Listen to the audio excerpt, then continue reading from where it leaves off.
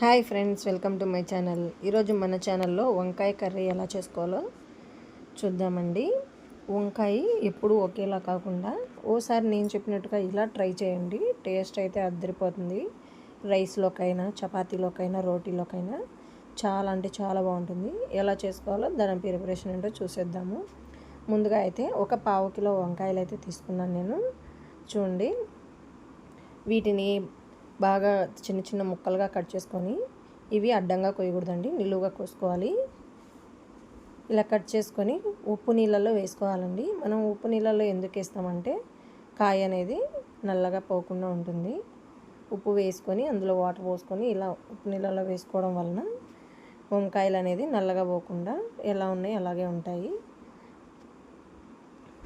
ఇలా ఒక ఆనియన్ తీసుకొని దాన్ని ఇలా పొడవుగా కట్ చేసి పెట్టుకోవాలి. అలాగే ఇందులోకి అయితే నేను ఒక 2 టమాటాలని ఇట్లా సన్న ముక్కలుగా కట్ చేసుకొని మిక్సీ జార్లో అయితే వేసుకుంటున్నానండి. వీటితో పాటుగా ఒక చిన్న అల్లం ముక్క, కొంచెం దాల్చిన చెక్క, అలాగే ఒక 3-4 యాలకులు, వీటితో పాటు వెల్లుల్లి అండి, ఒక 5-6 వెల్లుల్లి పొట్టు తీసేసి తీసుకుంటున్నాను. అలాగే కొంచెం కొత్తిమీర కాడలతో సహా వేసుకుంటున్నాను. బాగా కడిగి వేసుకుంటున్నానండి. దీని అంతటిని మెత్తని పేస్ట్ లాగా మిక్సీ పట్టేసుకొని పక్కన పెట్టేసుకుందాము. ఇప్పుడైతే గ్యాస్ మీద ప్యాన్ పెట్టేసుకొని ఒక 2 టేబుల్ స్పూన్ల ఆయిల్ అయితే వేసుకోవాలండి.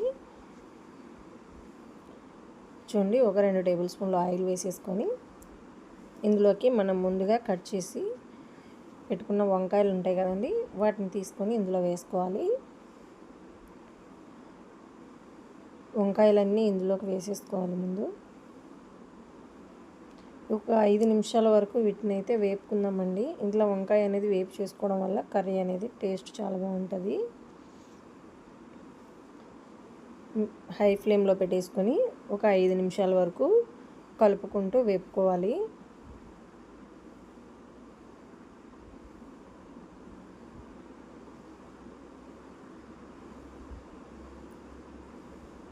చూడండి, ఇవి ఆల్మోస్ట్ వేగనీకి వచ్చేస్తున్నాయి. ఇవి వేగిన తర్వాత వీటిని తీసి ఒక బౌల్లోకి అయితే తీసి పక్కన పెట్టేసుకోవాలండి. ఆయిల్ అనేది అలాగే ఉంచేసుకొని జల్లిగంటతోటి తీసుకొని పక్కన బౌల్లోకి అయితే వేసేసుకొని పక్కన పెట్టేసుకోవాలి. తర్వాత ఇదే ఆయిల్లోకి ఒక స్పూను పోపు దినుసులు అయితే వేసుకోవాలండి. ఆవాలు, జీలకర్ర, శనగపప్పు, మినపప్పు వేసి కలిపి పెట్టుకున్నాయండి. వేసేసుకొని ఆవాలు అనేది చిటపట అన్న తర్వాత మనం కట్ చేసి పెట్టుకున్న ఆనియన్ కూడా వేసుకొని బాగా కలిపేసుకోవాలి. నేను ఇందులోకి అయితే కరివేపాకు వేయలేదండి, మా ఇంట్లో లేదు. మీరైతే వేసుకోండి, టేస్ట్ బాగానే ఉంటుంది. ఇలా ఆనియన్స్ అనేది కొంచెం కలర్ మారిన తర్వాత మనం మిక్సీ పట్టుకున్న టమాటో పేస్ట్ ఉంటుంది కదండి, అది కూడా అందులో వేసేసుకొని ఆయిల్ పైకి తేలేంత వరకు కలుపుకుంటూ వేపుకోవాలి. చూడండి, ఆల్మోస్ట్ ఆయిల్ అయితే పైకి తెలిపోతుంది. ఈ స్టేజ్లో ఉన్నప్పుడు ఇప్పుడైతే ఇందులోకి ఒక పావు టీ స్పూన్ పసుపు, ఒక స్పూన్ కారము, మీ టేస్ట్ తగ్గట్టుగా వేసుకోండి మీరు. అలాగే ఒక స్పూను ధనియాల పొడి, మీ రుచికి సరిపడా ఉప్పు అండి. నేను సాల్ట్ వాడానండి, కల్లుప్పు వేస్తాను.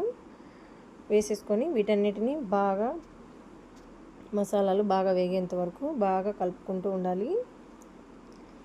చూడండి, ఇలా మసాలాలన్నీ బాగా వేగిన తర్వాత ఒక 2-3 టేబుల్ స్పూన్ల పెరుగు అయితే తీసుకొని బాగా ఉండలు లేకుండా బాగా కలిపేసుకొని మనకి ఇందులోకి వేసేసుకొని బాగా కలుపుకోవాలండి. మసాలాలకు అన్నింటికి పట్టేసేటట్టుగా పెరుగుని బాగా మిక్స్ చేసేసుకొని ఇందులోకి కొంచెం వాటర్ అయితే తీసుకుంటున్నాను నేను.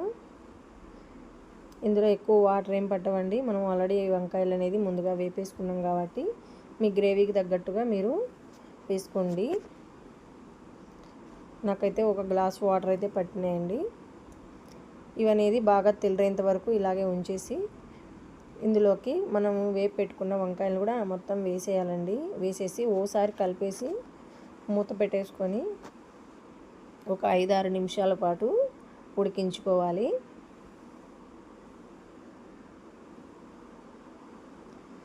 మూత తీసి చూసేద్దామండి. చూడండి, గ్రేవీ అనేది దగ్గర పడింది, ఆయిల్ కూడా పైకి తేలుతుంది కదా. ఇలా ఉన్న అప్పుడు ఒకసారి బాగా కలిపేసుకొని ఇందులోకి మనం కట్ చేసి పెట్టుకున్న కొత్తిమీరని అయితే వేసేసుకొని మొత్తం బాగా మిక్స్ చేసేసుకొని గ్యాస్ ఆఫ్ చేసుకొని సర్వ్ చేసుకోవడమేనండి. టేస్ట్ అయితే చాలా బాగుంటుందండి. మీరు కూడా ట్రై చేయండి. ఎలా ఉందో కమెంట్ చేయండి. మన ఛానల్ని సబ్స్క్రైబ్ చేసుకొని వాళ్ళు సబ్స్క్రైబ్ చేసుకోండి. Thank you for watching. Bye bye.